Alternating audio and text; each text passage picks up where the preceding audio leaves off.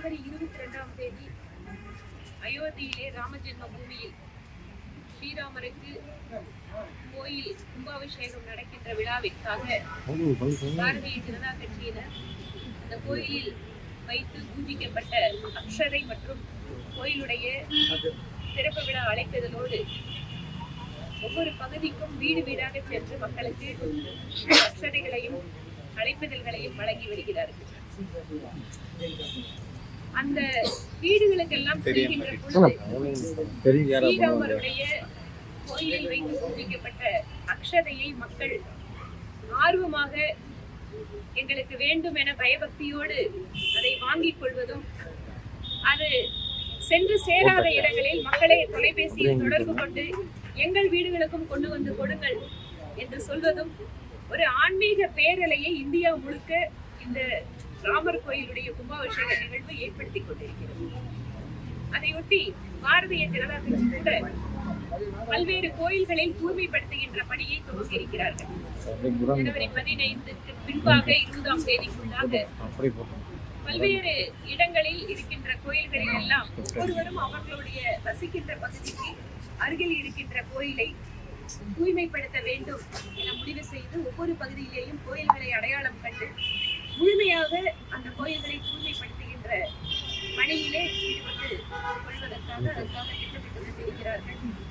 ஜனவரி 22 காலை இன்று அயோத்தியிலே நடக்கின்ற நிகழ்வை ஒவ்வொரு பகுதி மக்களும் நல்லபடியாக பெரிய திரையிலே பார்க்கின்ற வண்ணம் ராமர் கோயில்கள் மற்றும் ஒவ்வொரு மக்கள் நெருக்கமாக வசிக்கின்ற பகுதியில் இருக்கின்ற எந்த கோயில்களாக இருந்தாலும் அங்கெல்லாம் பெரிய திரைகளை அமைத்து அங்கு ஸ்ரீ ராமர் கோயில் கும்பாபிஷேகத்தினுடைய நிகழ்வை பார்ப்பதோடு அதே இடத்தில் பஜன் மற்றும் ஸ்ரீ ராமர் தொடர்பான பாடல்களை எல்லாம் பாடுவதற்கான ஏற்பாடுகளும் நடந்து கொண்டிருக்கிறது.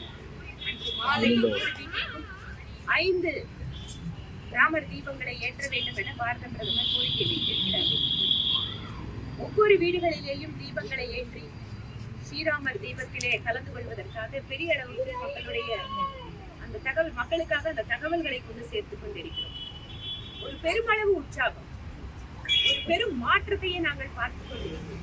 நம்முடைய அடையாளம், நம்முடைய கலாச்சார அடையாளம், நம்முடைய ஆன்மீகத்தினுடைய அடையாளம் ஸ்ரீராமருக்கு இத்தனை ஆண்டுகள் கழித்து அவர் பிறந்த இடத்தில் சட்ட ரீதியாக நியாயபூர்வமாக அமைகின்ற அந்த கோயில் என்பது நம்முடைய காலத்தில் நடக்கிறது இருக்கின்ற கோடிக்கணக்கான இந்தியர்களுக்கு ஒரு மிகப்பெரிய உற்சாகத்தை, நம்பிக்கையை கொடுத்திருக்கிறது. ஸ்ரீராமர் கோயில் கும்பாபிஷேகம் முடிவதற்கு பின்பாக ஒவ்வொரு பகுதியிலே இருந்து பக்தர்கள் அயோத்திக்கு செல்வதற்காக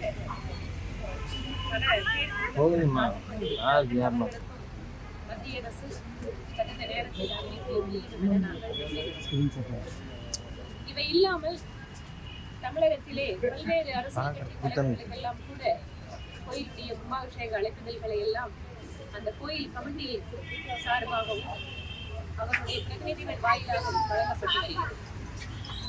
காங்கிரஸ் கட்சியின் சார்பாக இந்த கோயில் கும்பாபிஷேக விழாவில் யாரும் கலந்து கொள்ளப் போவதில்லை என அறிவித்திருக்கிறார்கள். இந்த நாடு சுதந்திரம் அடைந்ததற்கு பின்பாக சோமநாதர் ஆலயத்தை கட்டியதே அரசுதான். ஆனால் ஸ்ரீராமர் கோயிலை கட்டுவதற்கான வாய்ப்புகள் காங்கிரஸ் கட்சிக்கு இருந்திருந்தாலும் கூட அவர்கள் தங்களுடைய அரசியல் சுயலாபத்திற்காக அதை தள்ளி போட்டார்கள். இந்துக்களுடைய உரிமையை அங்கு மறுத்தார்கள். இப்போது எல்லாம் முடிந்து உச்சநீதிமன்றத்தினுடைய தீர்ப்பின்படி அந்த இடம் வழங்கப்பட்டு உச்சநீதிமன்றமே கோயில் கட்டுவதற்காக ஒரு கமிட்டியை அமைத்து, ஏன் இதை சொல்கிறோம் என்றால் காங்கிரஸ் கட்சி இது RSS மற்றும் பிஜேபியினுடைய நிகழ்ச்சி நிரல் என கூறியிருக்கிறார்கள். கோயில் கட்டுவது பாஜகவோ RSSஓ அல்ல, இதற்கென்று உருவாக்கப்பட்டிருக்கக்கூடிய அமைப்பு. இந்த ஸ்ரீராமர் கோயில் என்பது இந்த உலகத்தில் இருக்கக்கூடிய அத்தனை பேருக்கும், ராமரை வணங்குகின்ற அத்தனை பேருக்கும் பொதுவான கோயில். இதில் காங்கிரஸ் கட்சி அரசியல் பார்த்துக் கொண்டு கலந்து கொள்ள மாட்டோம் என அறிவித்திருப்பது கண்டனத்திற்குரியதாக நாங்கள் பார்க்கிறோம். ஒவ்வொருவருடைய உணர்வுகள், மத உணர்வுகள் இந்த நாட்டில் மதிக்கப்பட வேண்டும். இம்மாதிரி ஒரு கோயில் ஒரு பெரும் போராட்டத்திற்கு பின்பாக அந்த இடத்தில் அமைகின்ற வேளையிலே காங்கிரஸ் கட்சியினுடைய இந்த அறிக்கை என்பது மக்களுடைய மனதை புண்படுத்துகின்ற செயலாக பார்க்கிறோம். இதற்காக நிச்சயம் அவர்கள் மக்களிடம் மன்னிப்பு கேட்க வேண்டும். அதற்கான காலம் வரும் என நம்புகிறோம். இப்போ காங்கிரஸ் மட்டும் இல்லாமல் சில இந்து மத தலைவர்களே இந்த ராமர் கோயில் இதை புறக்கணிக்கிறாங்க. உதாரணமாக பூரி சங்கராச்சாரியாரும் அதாவது இந்த கோயிலோட கும்பாபிஷேக நிகழ்வுல நாங்க இப்படி நடத்தணும்னு எதிர்பார்த்தோம், அப்படி நடத்தணும்னு எதிர்பார்த்தோம், அது நடக்காதால நாங்க கலந்துக்கல அப்படின்னு சொல்லியிருந்தோம். எந்த ஒரு நிகழ்வுமே அதற்கென்று வகுக்கப்பட்ட வழிமுறைகளின்படி நடக்கின்ற பொழுது அதில் மாற்று கருத்துக்கள் சொல்வது அப்படிங்கிறது இயல்பானதுதான். ஆனால் ஒரு அரசியல் கட்சியாக அவர்களுடைய நிலைப்பாட்டிற்கும் ஒரு சில சமய தலைவர்கள் அவர்களுக்கென்று இருக்கக்கூடிய அந்த ரிஜிட்டான ஒரு வெளிப்பாட்டுல அவங்க தான் உறுதியா இருந்தா அவங்க அதை சொல்லலாம். ஆனால் மற்ற நபர்கள் சொல்வதற்கும் ஒரு அரசியல் கட்சி சொல்வதற்கும் வித்தியாசம். இது இந்த ராமர் கோயிலை தேர்தலுக்காக கொண்டு வந்திருக்காங்க. முழுமையா கட்டி முடிக்காம அவசரமா கொண்டு வந்திருக்காங்க. எதிர்த்து முழுமையா கோயில் கட்டி முடிச்சிருக்கான கும்பாபிஷேகம் பண்றாங்க. கோயிலை சுற்றி வரக்கூடிய மற்ற டெவலப்மெண்ட் ஒர்க் எல்லாமே அப்படியே நடக்க ஆரம்பிக்கும். ஆனா கோயிலை கட்டி முடித்தாவிட்டது, அதற்கான நேரம் வந்து விட்டது. ஸ்ரீராமர் அந்த கோயிலுக்குள் நுழைவதற்கு அதற்கான நேரம் வந்து விட்டது, வேலை வந்து விட்டது. அதனால அறகுறையா முடிச்ச கோயில் முழுமையாக முடிக்கப்பட்ட கோயில். கோயிலை சுற்றி இருக்கின்ற மற்ற பணிகள் வரக்கூடிய ஒரு காலத்தில் ராகுல் காந்தியோட நடைபயணத்துல இவ்வளவு சிக்கல், இன்னும் பிஜேபிக்கு என்ன இவ்வளவு சிக்கல் அழுத்த முடியும் காங்கிரஸ் தரப்புல கேள்வி கேட்கிறாங்க. ராகுல் காந்தியோட நடைபயணத்துல அதை பத்தி உங்களுக்கு ராகுல் காந்தி நடைபயணத்துல எங்களுக்கு என்ன சிக்கல் இருக்க முடியும்? அவர் ஏற்கனவே நடந்துட்டு தான் வந்தாரு. அவர் நடக்கிறதுல எங்களுக்கு ஒரு சிக்கலும் இல்லை. அவருக்கு ஏதாவது சிக்கல் இல்லாம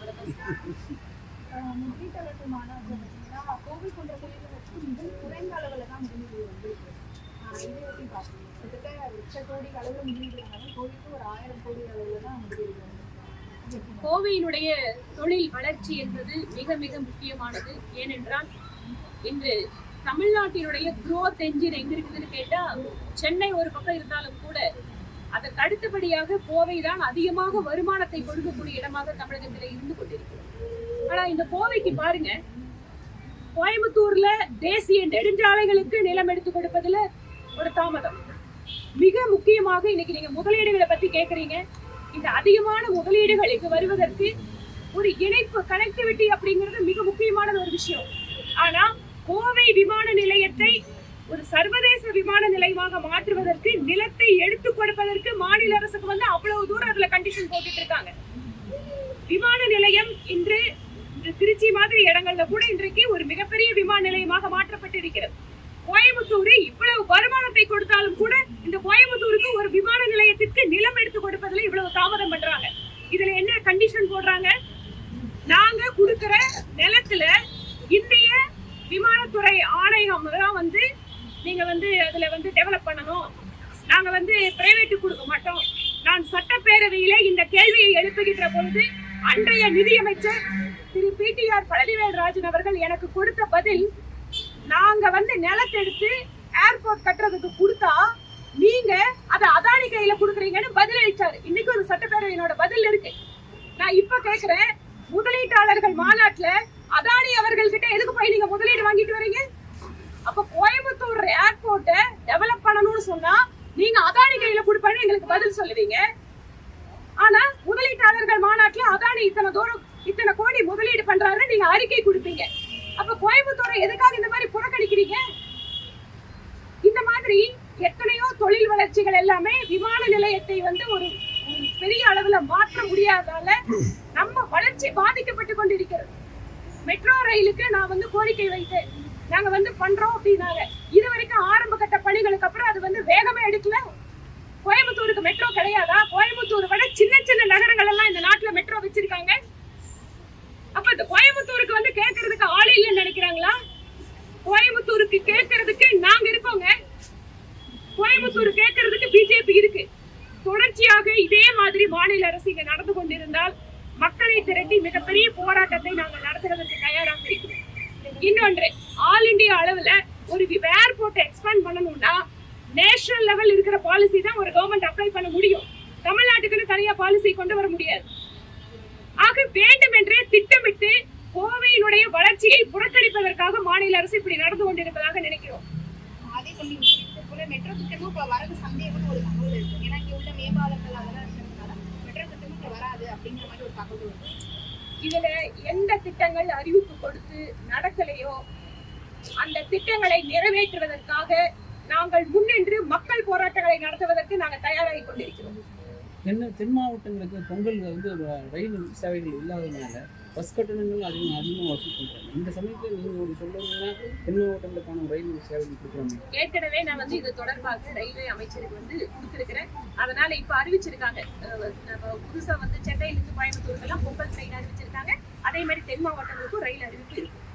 நீ ஏற்கனவே மீட்டருக்கு என்ற இருந்த முன்னாடி இயக்குன அதே 5 ரயில்கள் அப்படின்னு கேட்குறாங்க. பொங்கல் போன்ற பண்டிகை காலங்களில் சிறப்பு ரயில்கள் நல்லது வரும். இதுக்காக கோரிக்கை வச்சிருக்கோம். நிச்சயமா வரும். நம்ம ரேஷன் கடையில் வந்து பருப்பு பாம் ஆயில் வந்து நிறுத்த போறதா சொல்றாங்க.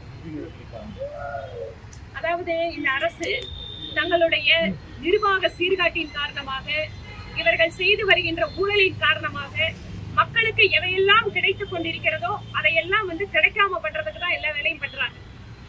முன்னால அதிமுக அரசு அறிவிக்கப்பட்ட எத்தனையோ பெண்களுக்கான நலத்திட்டங்கள், அது ஸ்கூட்டியா இருக்கட்டும், தாலிக்கு தங்கமா இருக்கட்டும், இந்த மாணவர்களுக்கான லேப்டாப்பா இருக்கட்டும், எத்தனையோ திட்டங்களை நிறுத்திவிட்டு 1000 ரூபாய் கொடுக்குறோம் அப்படின்னு சொல்லிட்டு அந்த 1000 ரூபாயை அரைகுறையமா கொடுத்துட்டு இருக்கிறதா இன்றைய திராவிட மாடல் ஆட்சி.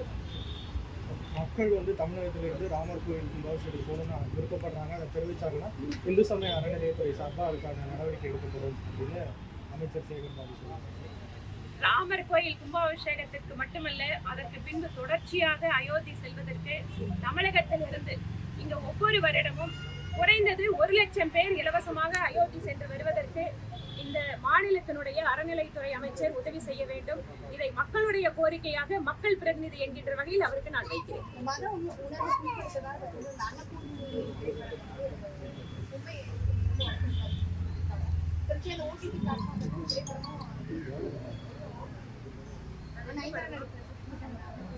மாட்டு இறைச்சி செய்ய ஒரு வந்தோன்னா கிராம குடும்பத்தை சேர்ந்தவங்க வந்தோன்னா இறைச்சி வந்து செய்கிறாங்க, பிரியாணி செய்கிறாங்க. அது வந்தோன்னா ராமர் வந்தோன்னா இறைச்சி சாப்பிட்டான்னு சொல்லி ராமாயணத்தில் இருக்குன்னு ஒரு முஸ்லீம் கேரக்டர் பேர் இருக்கிறவர் வந்து சொல்கிறாரு. அந்த மாதிரி இருக்குன்னு சொல்லி ஒரு புகார் கொடுத்தாங்க. அது பேரில் வந்து இப்போ நிறைய சினிமாக்கள் தொடர்பாக இந்த மாதிரி வந்து உணர்வுகள் புண்படுத்த படத்தெல்லாம் வருது. அது எந்த மாதிரி அது சூழ்நிலையில் கொடுத்துருக்காங்கன்னு எனக்கு தெரியல. நானும் அந்த படத்தை பற்றி பார்க்கல. மேடம், முதலமைச்சர் சிறுபான்மையிற்கு சிறுபான்மையிற்கு நிறைய திட்டங்கள் அறிவிச்சிருக்காரு. அதை எப்படி பாருங்க? முதலமைச்சர், தமிழக முதலமைச்சர் சிறுபான்மையிற்கு கிறிஸ்தவர்கள் வந்து இஸ்லாமிய மக்களுக்கு தேவையான அனைத்து உதவிகளும் செய்யணும்னு சொல்லி எனக்கு திட்டங்களாக அறிவிச்சிருக்காரு. அதை எப்படி பார்க்குறீங்க? நீங்க வந்து யாருக்கு வேணாலும் உதவி பண்ணுங்க, ஆனால் எல்லாத்தையும் சமமா பாருங்க. சிறுபான்மை மக்களுக்கு உதவி பண்றீங்கன்னு சொன்னா அவங்களுக்கு வாழ்த்து சொல்வீங்க, அவங்க விழாவில் கலந்துக்குவீங்க. ஆனா எங்க ராமர் கோயில் கும்பாபிஷேகத்தோட அழைப்புதலை கூட கொடுக்கறதுக்கு அவர் வந்து நேரம் இல்லைங்கிறாங்க. அதுதாங்க அவங்களோட மாடல். என்ன பெரும்பான்மையா மக்கள், எல்லா மக்களுக்கும் மத நம்பிக்கை இருக்கு, வழிபாடு இருக்கு அப்படின்னா அது பிரிச்சு பாக்குறதுதான் அவங்களோட மாடலு. ஸோ யார் பெரும்பான்மை மக்கள் இருக்காங்களோ அவங்கள பத்தி